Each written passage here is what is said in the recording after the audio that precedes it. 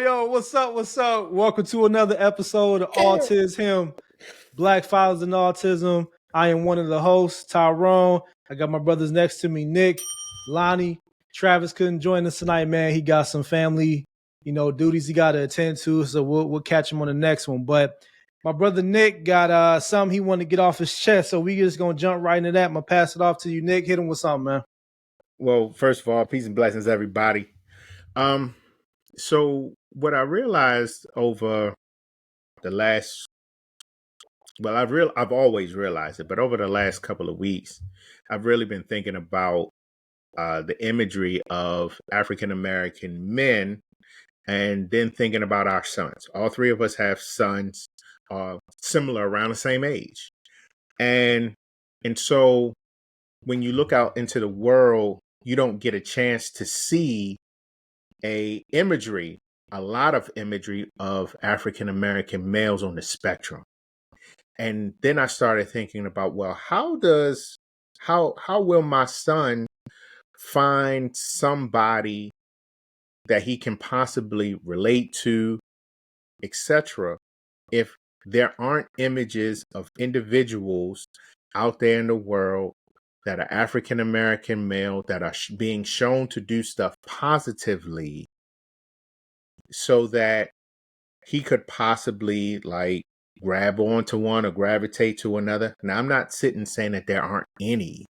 I'm just saying as time has gone on, we have seen more and more African American children, but I'm speaking males specifically, become diagnosed with autism and other diagnoses, ADHD, etc., etc., etc. But specifically talking about autism, we've seen a lot of children become diagnosed. So as the population of children that is being diagnosed with autism, specifically African American males, I'm wondering where the imagery is of those figures. And it's not just for our sons, but the imagery for the rest of the country as well, to see an African American male that is on the spectrum doing something positive that can turn on a light bulb in the minds of other individuals when it comes to dealing with African American men generally, but especially those who are on the spectrum who could interact with society differently. So when we're talking about the imagery, it isn't just for our sons, but for society, and even inside of the African American community, other members of the African American community that aren't on the spectrum, that interact with people on the spectrum, and how they deal with the imagery of individuals on the spectrum. My son can go to school, and I've seen the looks that other children have given my son because he thinks differently, and he can be labeled as not cool. When my son was in, kindergarten, another child labeled my son as the bad child. So the imagery of positive role models for African American boys to see an African American person on the spectrum that they can relate to isn't just for our sons, but for the remaining balance of society. And I wanted to know, fellas, what you all thought about that. If your sons have been labeled a certain way based off of the images that other people have had when it comes to not just being African American male boys, or if it has to do with their diagnosis as being on the spectrum. Have those things occurred to your children, and has the imagery of other entities, positive entities, affected your children, your sons, in dealing with their diagnosis and how they feel about the world? So I wanted to just let you all kind of expound on your experience in dealing with the imageries, either the lack of images that you've seen, or if you have seen some images, what are those like, and what we can share with our listening public. You want to go, Lonnie? That's all you, man. So that's a really interesting point. I never thought about the lack of imagery when it comes to African American boys or African Americans in general that are on the spectrum. There is like a lack of, whether you're talking about entertainment, whether you're talking about sports, whether you're talking about the, media industry, whatever it is, there is a lack of that. The shows I've seen that deal with people on the spectrum don't look like us on this podcast. Now, that's no shade to them. They're actually really good shows. There's a show on Netflix that's really good. And yes, there's no one on the show that looks like me, but it is a good show. However, I do wish that there were shows that showed more of us, because when it comes to my son, and I think you brothers do the same thing, my son is fully aware of who he is. My son is aware that he is on the spectrum. He understands that that is a part of him and is not totally who he is. And I think my wife and I try to instill that in him and say, hey, when you look at images, when you're reading books, when you're looking at movies, when you're listening to music, you want to see representation of yourself. And he points it out. If he's reading a book, he'll point it out and say, no one of his books looks like me. I don't think I want to read it. Like this, and how messed up that is, because you want to be able to get information from all over the place, no matter the background. But he does respond that way sometimes. He wants to see him in books. He wants to see him in movies. If he sees a kid that looks like him in a movie or a cartoon or whatever, he immediately points it out. And I think it would take it a step further if he saw an image of him or a show or a movie, a cartoon of someone that looked like him that was on the spectrum. The one thing that I struggle with when it comes to my son, and I think all of our sons fall in this category. I know this term is not used anymore, but I'm going to say it anyway. So we talk about the high functioning term, right? So our kids are in that gray area where it's like, if someone interacts with them or they look at our kids, then they fall into this gray area. It was like, well, and it's a terrible thing to say, but it's like, well, I don't really see the diagnosis. Like he's fine. He can do these things. He can do this. He can do that. I think we've had those issues in the past when it comes to my son's school, because, and not the school he currently is in, it was the school he was in before, where they would try to push him to do certain things, not because, it was something that was good for him, but it was like, well, he can do it. He's fine. I'm like, no, my wife and I are like, no, he needs extra assistance. He needs time to process it. He needs to be able to work out the problem in his mind. He's not going to respond like a neurotypical person. And so I think when it comes to the imagery, when it comes to situations like that, I think if there was more of that out there where they could see young Black men and women that were out there, that were on the spectrum, no matter where they were out on the spectrum, if it was more of that out there, then hopefully that part of the conversation where they're looking at the kid and saying, well, I don't really see it and I think they can do this and do that. They can, but it's going to take time. I think it was more imagery out there, then that conversation would kind of be at a minimum. And, Nick brings up another good point too. When my son, if he has been labeled, I didn't know about it at his old school. He hasn't been labeled at his new school. I kind of rave about his new school. He's in a very good environment. He's in a hybrid situation. His teachers love him. His, special education teacher love him. His general teacher loves him. And he's actually in an environment with other kids that also has, diagnosis, and I don't know what they all are, but they definitely have challenges. And I wish there were more schools like that accepted kids that have more challenges, that they, blend them in with neurotypical kids, and they could actually learn that this child has a difference and there's nothing wrong with this difference. I think we don't spend enough time in the school system where we're teaching other kids, even adults, right? Where we're teaching other kids and adults like, hey, this demographic here also needs attention. It also needs awareness. And other kids and adults need to grow up with that. I think when we were growing up, it was very easy to label a kid that had a challenge. And like you were saying, Nick, it was like label him the bad kid, or that's the weird kid, or the strange kid, or whatever you want to put on it. And now that we have a better understanding of what those diagnoses are, now we should be able to integrate that and have those conversations and have kids grow up with that demographic and say, hey, there's nothing wrong with this child. This child is just different. Like you're different. You know, everybody has a difference, and some people mask their differences, some people don't. And it's totally a personal preference of what they want to do. But I do think it needs to be more imagery. It needs to be more media. It needs to be more sports. It needs to be more integration when it comes to young Black men and women on the spectrum. And this is no shade against, you know, people that are not Black or of color, because we all need help. But specifically for us, because we do have lack of resources in our community, because we are the minority.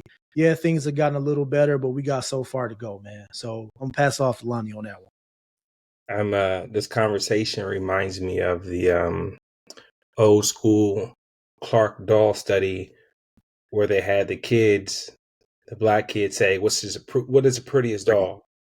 Folks have critiqued that study, but it was, I believe, pivotal in Brown versus Board. But long story short, it has been replicated a few times.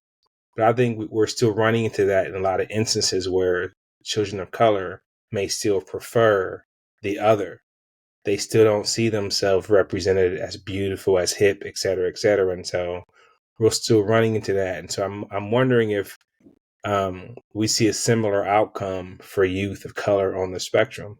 Do they see themselves as special, as smart? Do they see themselves as important? Because we know representation matters. It always has. And I was trying to think, have I seen any representation of Black men or boys on the spectrum on TV or in the news? And I can't really think of any real representation. There is the basketball player who's recently diagnosed because of his children were autistic. His name escapes me now, but I can't think of any. But I just know that it's very important. The other reason it's important is we know that stereotypes are still in play. We know that children of color, especially children of color with autism, are suspended earlier, more often, and for similar reasons as white kids who are suspended in pre-K and kindergarten. And I'm like, and when I first read some of that literature, I couldn't believe that in pre-K and kindergarten this was starting. And so if the expectation is these kids are being behavioral, defiant or whatever, and that isn't the issue, it just might be how autism shows up. That we have to educate, not just, we need representation for us and for our kids, but also for white folks, also for these teachers and other people to recognize these kids do have differences before we start labeling them and it's starting that cycle, right? And so I've mentioned this before, but I still think more recently people are saying, autism rates are more diagnosed in children of color now, which is true in their measures, but it's very slight. We're talking about percentages, So, but that doesn't account to the fact that Black youth are still diagnosed later and that more often diagnosed with something else, more often diagnosed with ADHD or behavioral issues. So by the time you got this autism diagnosis, it's a couple years later. And you know what else is happening? 40-something% of these Black kids are being diagnosed with intellectual disability. So are you really measuring that or the fact that they've never got high quality instruction during their time in school? So I think it's we got work to do. Representation, work to do, even for us. I mean, how many times do you see Black men talking about, what we're trying to talk about and positive, we're good dads, we're there for our kids and for our family. We don't see this necessarily as normative in the media or normative in on TV and stuff like that. So in while you both were talking, it got me thinking that the imagery for me is also important, and I'm going to center this around our own community, because here's what I don't see. I'm not saying that people aren't there. I'm just saying I don't see them. Okay. I think about my child's future because I have to think about my son's future today, like sooner than later, especially with a ASD diagnosis, right? With a diagnosis of autism, you have to think about your child's future earlier, especially when it comes to services, because some of the lists some of the services have lists, and some of those lists are like years long. So you get in a mindset of having to think about, your child's future earlier. And as I think about my child's future earlier and the possibility, excuse me, and the possibility of going to college, those services, goods and services, and those communities, are they there? And if they are there, like, are they supported?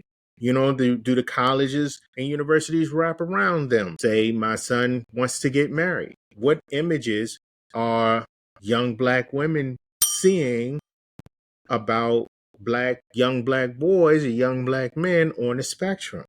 Like, are they thinking about that as an option for themselves? Does it really matter? I would like for my son to one day have his own family. I would like it that how that looks is going to be different.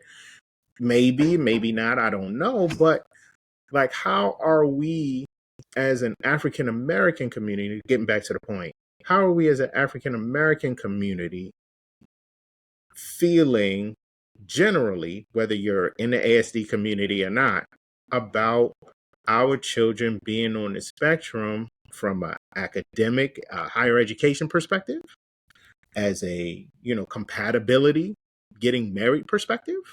Like, how does that work from other individuals who may not be on the spectrum?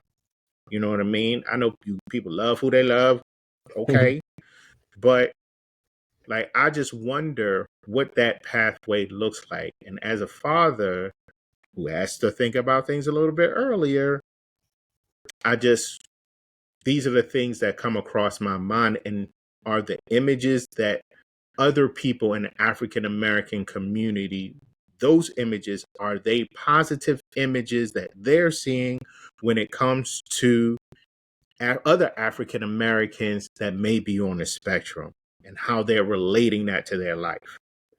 You just reminded me of something. So much of the autism support community, ABA therapists and whatnot, is white. But we know that for years, for decades, literature has reflected that more often students of color perform better when they have teachers of color, right? And so it's like having a teacher of color has been linked to more likelihood of being in advanced classes, more likelihood of going to college, and it's some very large scale studies that have found this, and in some cases is statistically significant. So I think about that, just a general benefit of having teachers of color in our kids' lives, and being autistic. I'm wondering how. I think representation is even more so important, not just to teachers of color, but teachers or people who are different. How can I see myself being successful? How can I see someone like me successful being reflected back on me? That's very important for kids to be able to see those types of things. I know that with my son, and again, he's made great progress, but I still don't know how far he's going to go, right? I'm pushing. Let's see where he can go.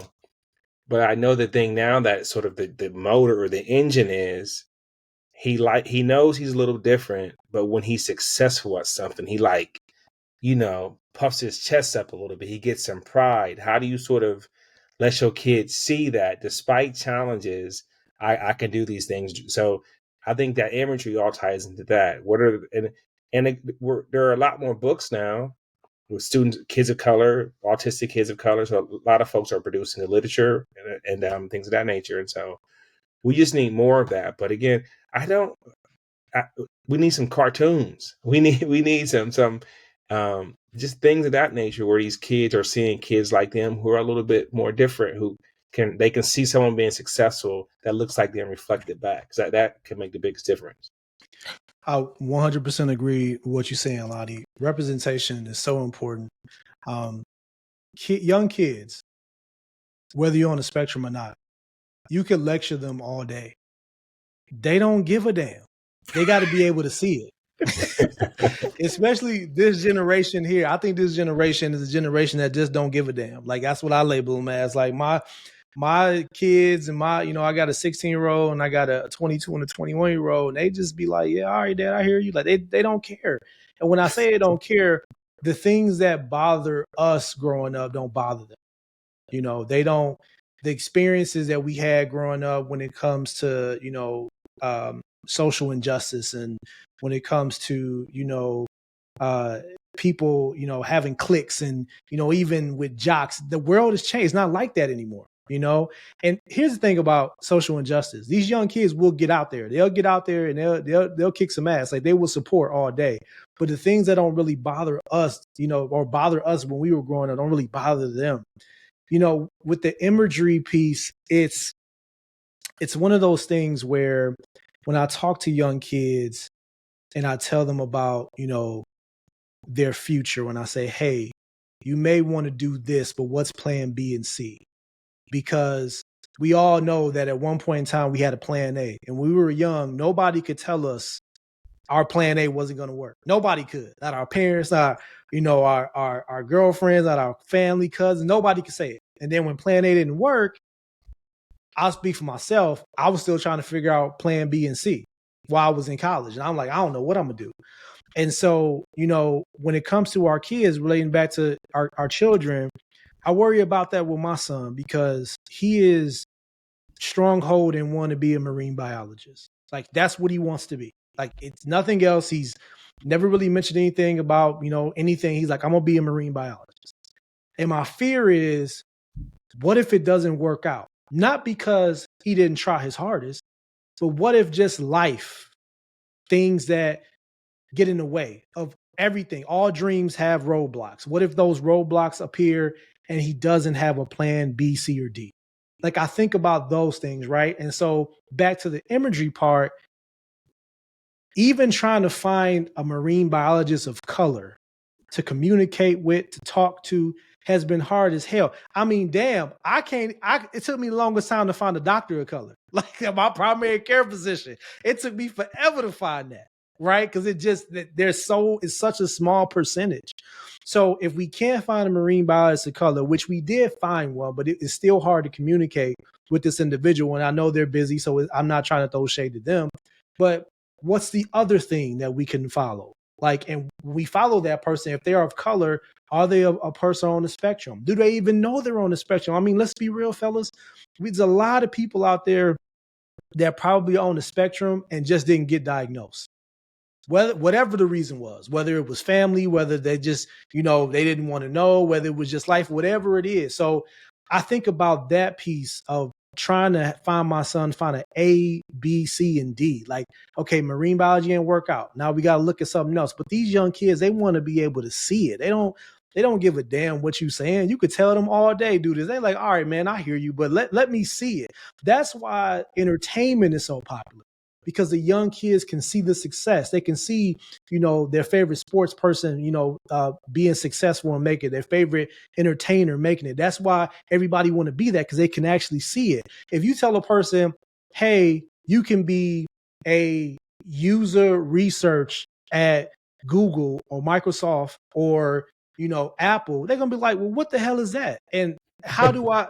Like, what I don't want to see that. I want to be Steph Curry. I want to be LeBron. Like, no. But they don't understand. There's other jobs you can do that would give you a successful life, but they can't see it because nobody's going back to our communities. And when I say nobody, I don't want to say everybody, because not everybody, but they're not getting that exposure in K through 12. Exposure is the biggest teacher. These kids got to be able to see the success so they can have something to strive for. And I think about my son when it comes to that, because if that marine biology doesn't work out, what's the next thing? And how can he actually see it? He'll listen to dad, listen to mom as much as he can, but he got to be actually able to see it. In the school he's in now, they've shown marine biologists of color for my son. He can see it.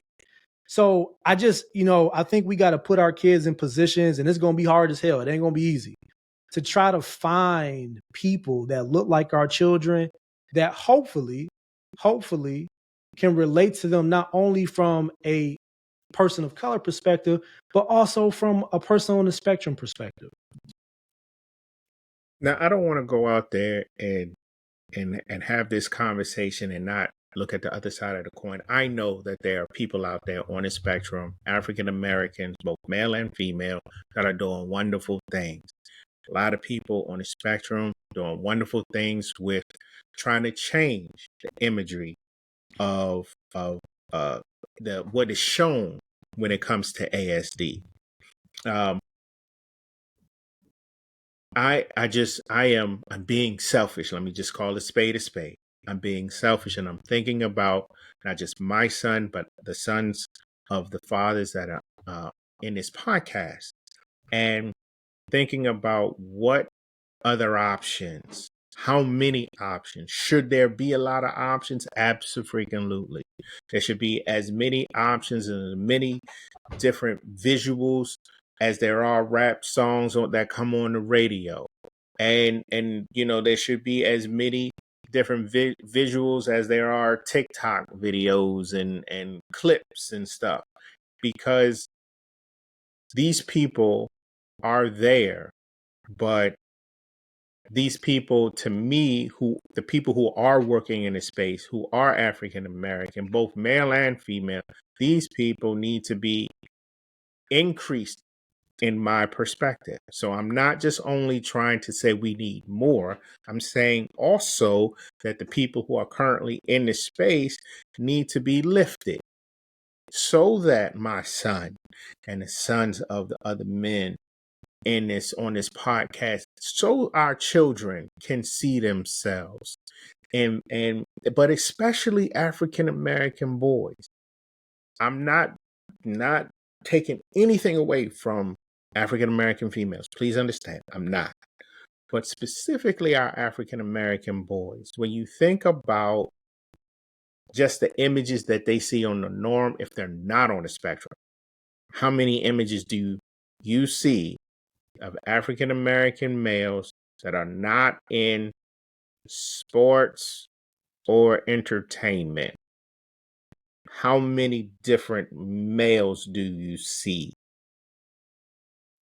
in your normal walk that you consider like positive images? Because there are plenty of successful African American men, but the ones we traditionally see are like linked to some drama-filled TV show or linked to some athletic, event, basketball, football, whatever. Like the majority of the images that we see that from African American males in general, there, right? But then when you talk about the intersectionality of these individuals and people being on a spectrum, African American males on the spectrum, those numbers dwindle greatly. Just drop, because either they have not been diagnosed, like we talked about earlier. I think Lonnie mentioned that there are a lot of people who could be on the spectrum that at one time or another weren't diagnosed as being on the spectrum, or we had this great stigma about, being on the spectrum, and parents may see something, but I want my child to be normal. I don't want my child to be labeled or whatever comes along with that. Or the children get into some type of trouble because people don't understand who they are. You know what I mean? Like they could get in trouble with the law because nobody has told them, or they haven't figured out that they're on a spectrum. But we need to see more positive images. Point being, need to see more positive images, to me, of African American males on the spectrum, so that everybody who is on the spectrum has an opportunity to look up to somebody and see some pictures of somebody and say, I can relate to that. I can see myself in that. Yeah. I can like both Lonnie and Ty alluded to, if I see it, I can be it. And so how do we show more images of African American men on the spectrum that are positive? Where do we go to find that? Hey, Ty, I'm thinking about marine biology when you said, my son currently wants to be a vet, right? Yeah. So I've talked about vet tech. I've talked about all these vet adjacent type things. So you might think of other opportunities similar, other jobs at SeaWorld or jobs in labs and stuff, and let him see some of those. So I want my son, you can breed animals too. So we got fish and a tortoise and we got a dog, and my son wanted a tarantula. I'm like, we can get a tarantula. Let's look up the tarantula. And so he found out that tarantula bite, and he found out that it can shed its little barbs underneath. It can burn your eyes. I don't think I want this. Good job. I didn't have to say no because he found out that that's a bad animal. You don't want it. So, no, you're right, man. It's we do a lot of things with him just surrounding sea animals and taking them to places, and I think we're still on the journey of trying to figure out other jobs, besides marine biology, if those things like don't work out. So you're absolutely right. My 16-year-old, he wants to be a veterinarian, but that whole schooling thing, he was like, I might just want to do vet tech. And so vet tech, you can make a pretty good living being a vet tech, especially depending on where you live. So you're absolutely right. Finding other options. And just to kind of wrap this up, I think shows like ours, other similar shows, can hopefully have people on here. And we've had, a lot of people on here that need to be uplifted and need to be more focused on. Hopefully we can get more individuals of color on here. And no shade to anybody that's not of color, no white folks. Like, we want some white folks on here too. Don't get it twisted. We can have the convo. It ain't about that. But we trying to bring a light on, our own, because our light gets dimmed all the time. And we want to make sure that that doesn't happen and it continues throughout, the rest of time. So anyway, fellas, I think this has been a great episode. We gonna do something real big in October. We got something coming, so y'all stay tuned. This is AutisHim, Black Fathers in Autism, and we out.